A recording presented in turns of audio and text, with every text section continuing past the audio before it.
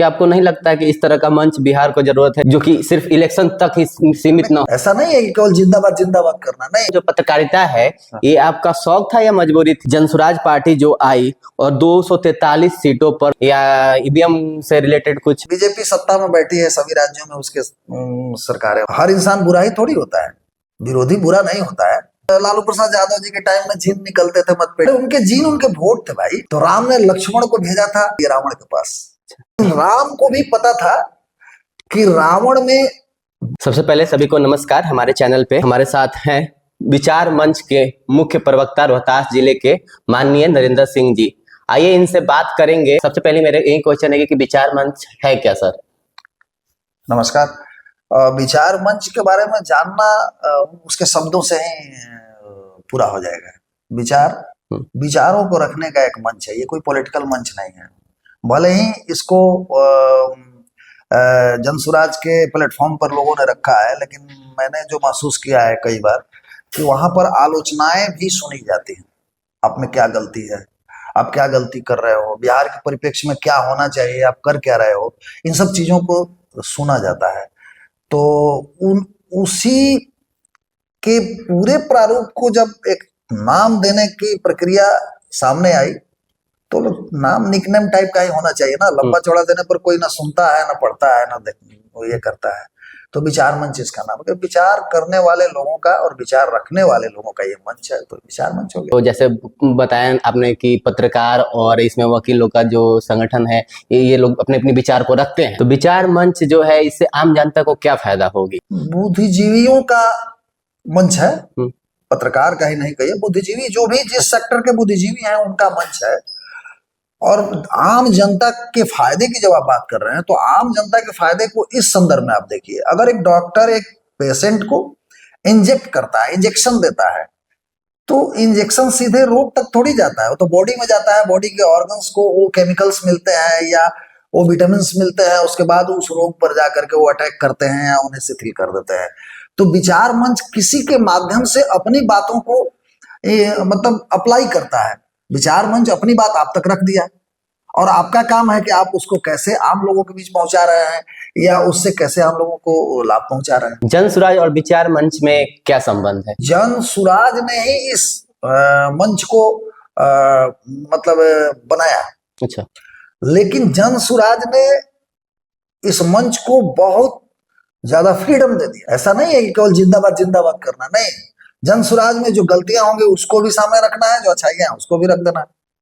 मतलब जनसुराज के इस मंच पर यह भी छूट है कि अगर कोई पैरेलल या समानांतर पार्टी अच्छा कर रही है तो उसके बारे में भी हमको बताइए। बुरा कर रही है वही नहीं, अच्छा कर रही है वो भी बताइए। ऐसा नहीं है कि सिरे से केवल गाली ही देना है। जो अच्छा करेगा उसके बारे में बताना पड़ेगा, तभी आप कुछ सीख पाइएगा। हर इंसान बुरा ही थोड़ी होता है, विरोधी बुरा नहीं होता है, विरोधी अच्छा होता है।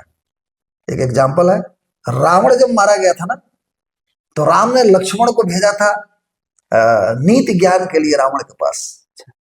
क्यों भेजा था? रावण तो कुरीतियों का खान माना जाता था, लेकिन राम को भी पता था कि रावण में बहुत सारी ऐसी चीजें हैं जिससे सीखा जा सकता है। और पहली सीख तब मिली जब रावण के सर के पास जाकर लक्ष्मण खड़े हुए और रावण ने उनके एक प्रश्न का जवाब नहीं दिया। फिर राम के पास लौट कर आए तो फिर राम ने उनको बताया कि तुम सर के पास खड़े थे, तुम जाकर पैर के पास खड़े हो, क्योंकि तुमको कोई चीज सीखना है तो जिससे सीख रहे हो वो गुरु है, चाहे वो जो भी है।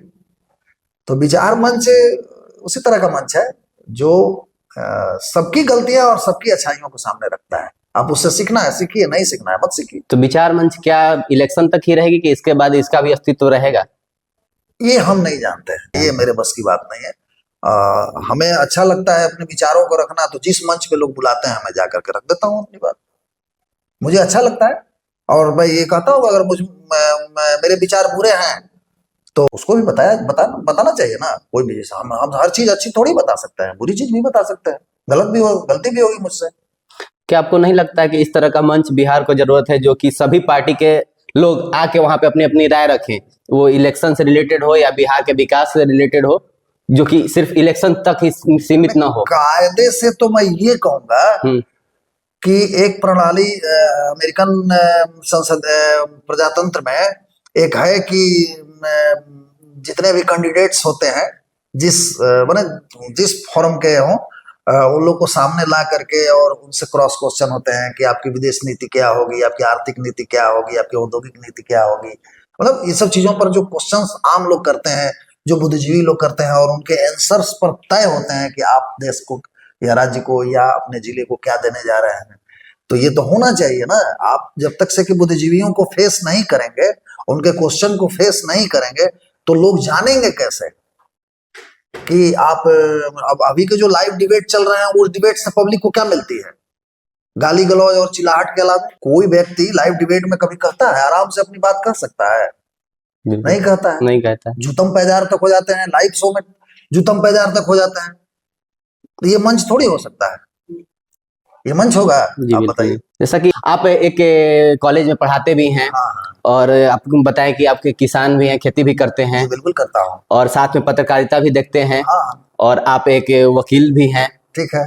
तो ऐसे ये सब चीजों को कैसे कर लेते हैं? एक इंसान सब चीज को कैसे कर लेता है? जितनी चीजों का आपने नाम लिया उसमें कहीं कोई पाबंदी दिखती थोड़ी है। बस जर्नलिज्म करने के लिए किसी समय की पाबंदी नहीं है। एक जगह पाबंदी है, जो मतलब एक वित्त कॉलेज है तो मैं उसमें प्राध्यापक हूँ, उसमें पाबंदी। उसके बाद तो मेरे लिए कोई पाबंदी नहीं है समय की। मैं 24 घंटा बिना सोए काम करूँ, ये मेरी मर्जी। मैं अपनी खेती करता हूँ, इसके लिए प्रमाण की थोड़ी जरूरत है। मैं खेती करता हूँ, जाके खेत में देखिए गेहूं की फसल लगी है, बढ़िया लगी है, तो मैं खेती करता हूँ, कराता हूँ। रही बात जर्नलिज्म की, तो जर्नलिज्म के लिए टाइम बाउंड थोड़ी है। जर्नलिज्म तो कभी भी आप कर लोगे। आप रात में भी कर सकते हैं, बैठ के लिख सकते हैं, बैठ के खबरों को देख सकते हैं। हाँ, थोड़ा सा वकालत पे समय रहा, अभी थोड़ा सा मतलब कम जाता हूँ, कम मतलब इन व्यस्तताओं के चलते, लेकिन कोर्ट जाता हूँ, तो उसको छोड़ा नहीं है मैंने। ये सब जो कामें हैं, जैसे कि कहीं फिजिकली एक्टिव रहना पड़ता है, कहीं मेंटली एक्टिव रहना पड़ता है, समझ रहे हैं? तो ये दोनों को कैसे आप एक साथ कर लेते हैं? मान लीजिए कॉलेज है, कॉलेज में आके पढ़ाना है, वहां दिमाग से पढ़ाना है। उसके बाद आप किसान में यहाँ पे हैं, यहाँ फिजिकली आपको जाके खेत देखना होगा। तो खेती में भी फिजिकल अपीयरेंस से ज्यादा है आपके मैनेजमेंट पर। आपके साथ काम कर रहे लोग कितना आपको फॉलो करते हैं, आपकी बातों को कैसे फॉलो करते हैं, उनसे कैसे आपका सामंजस्य है। आप मतलब टाइम टू टाइम आप जाते हैं, उनको देखते हैं, उनके प्रॉब्लम्स को जानते हैं, आपके साथ जो लोग काम कर रहे हैं, तो आपके लिए अपनी दुगनी एनर्जी लगाते हैं। अब होली में अपने सारे लोगों के साथ बैठ करके आप होली खेल रहे हैं, मिठाइयाँ खा रहे हैं, तो उनको लगेगा कि यार मैं जिसके साथ काम कर रहा हूँ इतना एडवांटेज है, बड़ा मजा आता है। तो अगर होली की सुबह अगर मेरे लिए कोई काम होगा तो दौड़ कर करेंगे, नहीं करेंगे। रही बात कॉलेज का, तो कॉलेज में है टफ है। तो कॉलेज के टाइम में मैं मतलब मोबाइल मेरा ऑफ रहता है, मोबाइल फोन पे मैं नहीं रहता हूँ। मैं सिर्फ बुक में रहता हूँ या अपने लाइब्रेरी में रहता हूँ या क्लासेज में रहता हूँ। जर्नलिज्म तो आप सोते समय भी कर सकते हैं। अब तो इतने मतलब टेक्नोलॉजी डेवलप्ड हो गए हैं कि अब जर्नलिज्म में ऑफिस में बैठ कर कहीं थोड़ी करना, कहीं से भी कर लीजिए। जो पत्रकारिता है, ये आपका शौक था या मजबूरी थी? शौक, मजबूरी नहीं थी मेरी। ये मेरा शौक था। ये शौक था, जिस शौक से मैं आया था उस शौक को पूरा भी कर चुका हूँ। अब बस लोक कल्याण के लिए करता हूँ। पहले शौक था, अब लोक कल्याण के लिए मैं करता हूँ, और कुछ नहीं। बिहार विधानसभा चुनाव 2025 के बारे में कुछ हम लोग बातें करेंगे। जैसे कि यहाँ बहुत सारी पार्टियां थी, नेशनल पार्टियां भी थी। एक जनसुराज पार्टी जो आई और 243 सीटों पर लड़ने का दावा कर रही है और जीतने का भी कर रही है। तो क्या लगता है आपको कि इसके पीछे कुछ रणनीतियां हैं उनकी, या ईवीएम से रिलेटेड कुछ?